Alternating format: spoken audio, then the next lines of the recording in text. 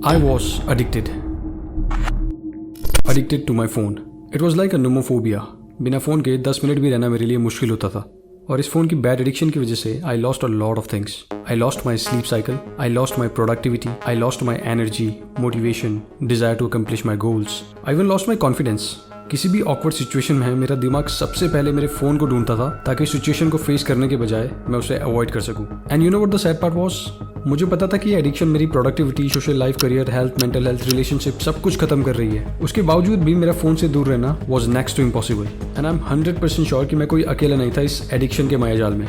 मेरे जैसे लाखों करोड़ों लोग थे और हैं जो किसी न किसी चीज़ को लेकर एडिक्टेड हैं, जिनको पता है कि वो जो भी कर रहे हैं वो उनके करियर के लिए, रिलेशनशिप के लिए, सोशल लाइफ के लिए, हेल्थ के लिए बिल्कुल भी अच्छा नहीं है, but they are still doing it. लोगों को पता है कि बहुत ज़्यादा सोशल मीडिया उनकी रियल सोशल लाइफ के लिए बिल्कुल भी अच्छा नहीं है, but they are still scrolling it every day, every night. हम जानते हैं कि प्रोक्रेस्टिनेशन का डायरेक्ट इंपैक्ट हमारे गोल्स पर पड़ेगा, हमारे करियर पर पड़ेगा, but we still waste our time in procrastinating important things. Everybody knows कि देर रात तक जागना और हर वक्त फ़ोन पर ही रहने से उनकी स्लीप साइकिल, उनकी फिजिकल और मेंटल हेल्थ पर बहुत बुरा असर पड़ सकता है. But nowadays people are habitual of sleeping late at night. Excess amount of alcohol and smoking हमारे लीवर और लंग्स को हैविली डैमेज कर सकते हैं. ये पता होने के बावजूद भी people abuse alcohol and smoking because they are highly addicted. Now the question is कि ऐसा क्यों होता है कि हम चाहकर भी उन चीज़ों को नहीं छोड़ पाते हैं जो हम जानते हैं कि हमारे लिए ठीक नहीं है. और इसका आंसर छुपा है हमारे ब्रेन के रिवॉर्ड सिस्टम में. अब यहाँ पर होता यह है कि जब भी हमारे ब्रेन को कोई रिवॉर्ड मिलता है तो हमारे ब्रेन के न्यूरॉन्स एक्टिवेट हो जाते हैं. एक ह्यूमन ब्रेन में बिलियंस ऑफ न्यूरॉन्स होते हैं और हर दो न्यूरॉन्स के बीच में एक छोटा सा गैप होता है जिसको सिनेप्सिस कहते हैं. नाउ हम जानते हैं कि न्यूरॉन्स का काम होता है दिमाग के अलग अलग एरियाज में इन्फॉर्मेशन को ट्रांसफर करना. एक न्यूरॉन दूसरे न्यूरॉन को इन्फॉर्मेशन ट्रांसफर करता है, दूसरा न्यूरॉन तीसरे न्यूरॉन को इन्फॉर्मेशन ट्रांसफर करता है और इसी तरीके से पूरे ब्रेन में इन्फॉर्मेशन का फ्लो जाता है. ये न्यूरॉन्स इलेक्ट्रिकल इंपल्सेस और केमिकल सिग्नल्स का यूज करते हैं इन्फॉर्मेशन को ट्रांसफर करने के लिए, जिनको न्यूरोट्रांसमीटर्स भी कहा जाता है. और ये केमिकल सिनेप्सिस के थ्रू, यानी वो न्यूरॉन्स के बीच के छोटे गैप के थ्रू ट्रांसफर होते हैं दूसरे न्यूरॉन्स को. और ये केमिकल ब्रेन में न्यूरॉन्स को इलेक्ट्रिकली एक्टिवेट बना देते हैं.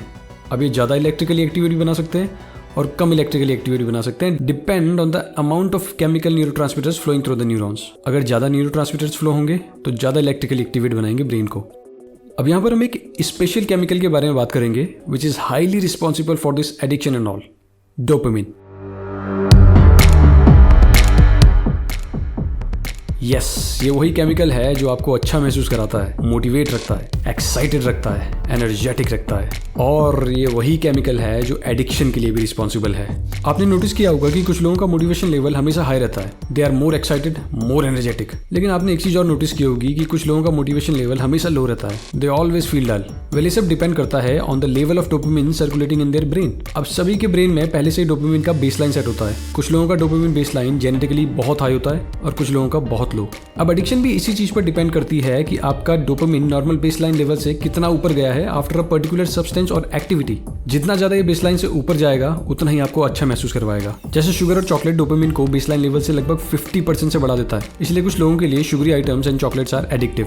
Now if we talk about alcohol, तो ये जो डोपामिन को बेसलाइन लेवल से 200 to 250% तक बढ़ा देता है. That's why this alcohol is more addictive than chocolates and sugary items. Cigarette dopamine level को 300% तक बढ़ा सकती है और सिगरेट से लिया हुआ डोपामिन सर्ज बहुत ज्यादा शॉर्ट लिव्ड होता है. इसलिए कुछ लोग दिन में 5 से 6 सिगरेट पीते हैं to get that dopamine surge again and again. Now cocaine dopamine level को बेसलाइन लेवल से लगभग 350 to 400% से बढ़ा देता है. नाउ एक चीज ऐसी भी है जो आपके ब्रेन में डोपामिन की बाढ़ ले आती है, क्योंकि इस चीज के बाद आपका ब्रेन में डोपामिन बेसलाइन लेवल से लगभग 1000% से भी ज्यादा बढ़ जाता है. And this thing is highly addictive. Even इस चीज के बारे में ये तक कहा जाता है कि इसको सिर्फ एक बार लेने से आपको इसकी लत लग सकती है, इसकी आदत लग सकती है. And that thing is heroin और heroin. I lost like 20 of my friends in the past year. Like it's horrible. From trank and fentanyl, like it's been insane out here. This little thing can literally tsunami your brain with dopamine.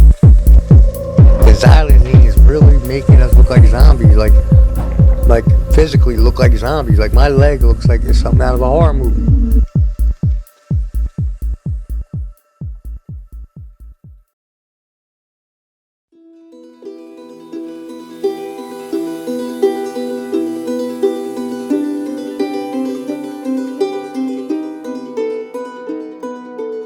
Now let's talk about the science behind this addiction so that you can easily work on your addiction. Any type of addiction, social media, smartphone, substance abuse, pornography, anything. Let's understand this with an example. Let's say आप जिंदगी में पहली बार alcohol consume करते हो and after consumption इसके कुछ ही देर बाद you experience some kind of pleasure, right?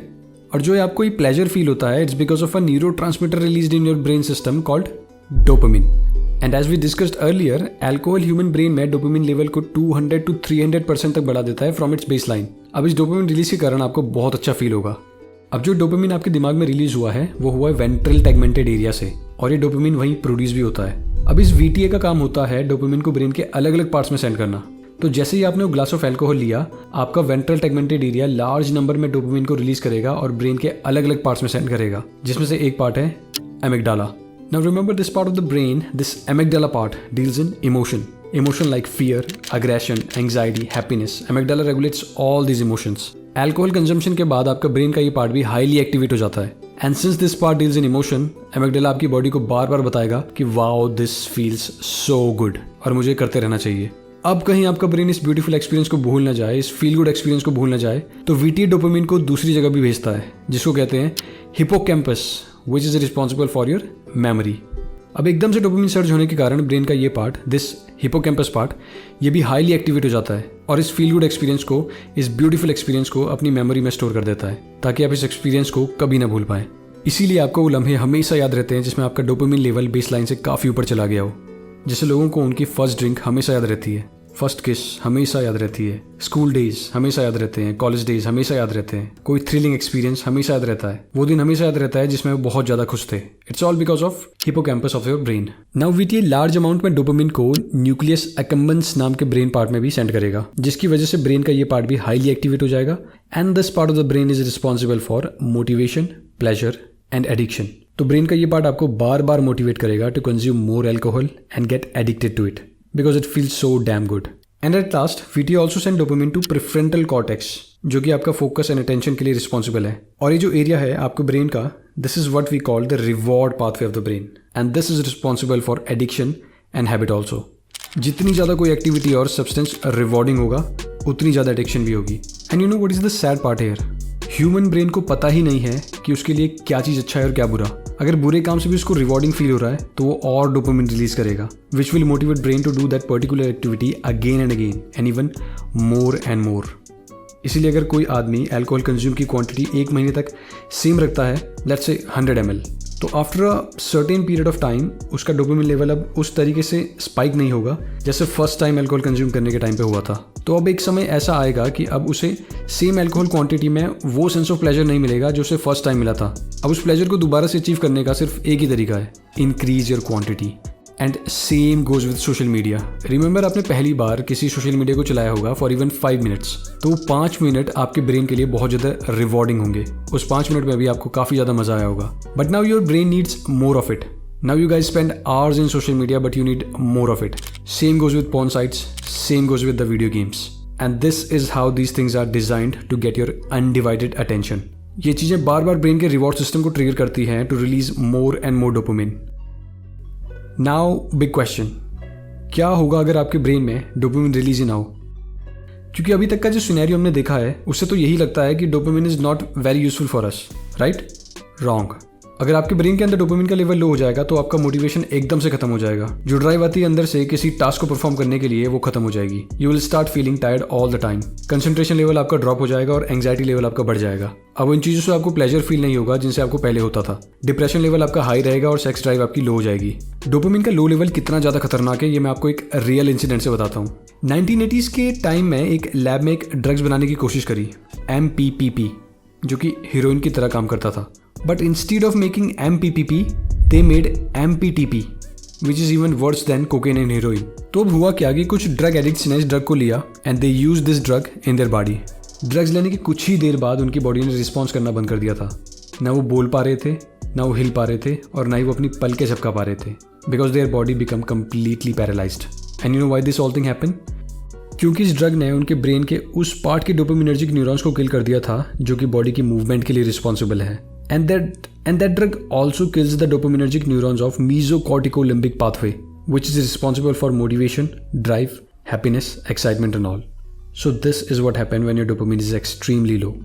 Parkinson disease is an example of low dopamine level. अगर आपने मोहम्मद अली को देखा होगा तो he is suffering from Parkinson disease. उनके हाथ पैर पूरा शरीर काफ़ी ज़्यादा कांपते हैं। ये चीज़ आपने अपने आसपास बहुत से ओल्ड एज लोगों में भी देखी होगी। That unwanted shaky movement in their body is because of the low dopamine level in their brain system. So as we can see now, बहुत ज़्यादा high level of dopamine is not good for us, और बहुत कम dopamine is even worse. We actually need a balance of both. And here is the thing, आपका high level of dopamine is also responsible for your low level of dopamine. जितना ज़्यादा आपका dopamine baseline से ऊपर जाएगा, एक समय के बाद उतना ही वो बेसलाइन के नीचे भी आएगा। And let's understand this with an example. Imagine कीजिए आप अपनी फेवरेट डेस्टिनेशन पर एक परफेक्ट हॉलीडे एंजॉय कर रहे हो विद योर फेवरेट पीपल। आप उस हॉलीडे के दौरान वो सब कुछ कर रहे हो जो आप काफ़ी समय से करते आना चाह रहे थे। You are stress free, anxiety free, feeling positive. Your dopamine is pretty high all the time during that vacation. अब जैसे ही आपका ये वैकेशन खत्म होगा और आप अपनी नॉर्मल लाइफ में वापस आओगे, your feelings will change. You will now feel sad, anxious, you will feel low, frustrated, hopeless, pessimistic, and all this because of post-vacation depression. आप में से बहुत सारे लोग इस चीज़ से रिलेट भी कर पा रहे होंगे कि जब आप किसी वैकेशन से वापस आते हो तो you feel sad after that vacation, and that is because of the low level of dopamine in your system now. क्योंकि अब आपके पास ऐसा कुछ करने के लिए है ही नहीं जिससे कि आपका डोपामिन लेवल दोबारा से उस लेवल पर जाए जो छुट्टियों के समय पे था। और जब आपके ब्रेन को वो डोपामिन मिलेगा ही नहीं तो you will feel sad and depressed, which results in low dopamine level, even lower than your normal baseline. So now it's really important to balance the dopamine level in the brain. See, we are living in 21st century. हम चारों तरफ distraction से घिरे हुए हैं। Your cell phones are there, social media, TV, games, easy access of porn, drugs, chemical, OTT platform, ये हर चीज़ें इस तरीके से डिज़ाइन की गई हैं ताकि आपके ब्रेन में मैक्सिमम अमाउंट ऑफ डोपामिन को रिलीज कर सके और आपको इन चीज़ों की आदत लग सके। Now what is happening here? ये सारी चीज़ें अपने आप में ही हाईली एडिक्टिव हैं और ब्रेन में अच्छा खासा डोपामिन रिलीज करती हैं। बट हम लोग क्या कर रहे हैं, हम इन सब चीज़ों को मिक्स कर रहे हैं to get more and more dopamine. आप खाना खा रहे हो, डोपामिन रिलीज हो रहा है। आप साथ ही साथ फ़ोन भी चला रहे हो और डोपामिन रिलीज हो रहा है। आप साथ ही साथ अपनी फैमिली या अपने दोस्तों के साथ बातें भी कर रहे हो और डोपामिन रिलीज हो रहा है। और शायद आप टीवी भी देख रहे हो और डोपामिन रिलीज हो रहा है। तो यहाँ पर एक लेयर बन रही है डोपामिन की, which is a deadly combination. Dopamine layering से आपके डोपामिन लेवल्स बार बार पीक्स को हिट करते हैं, और जितना ज़्यादा पीक्स को हिट करेंगे उतना ही ज़्यादा वो लॉन्ग रन में बेसलाइन से भी नीचे आएंगे, which leads to depression, anxiety, stress, and even suicidal thoughts in the long run.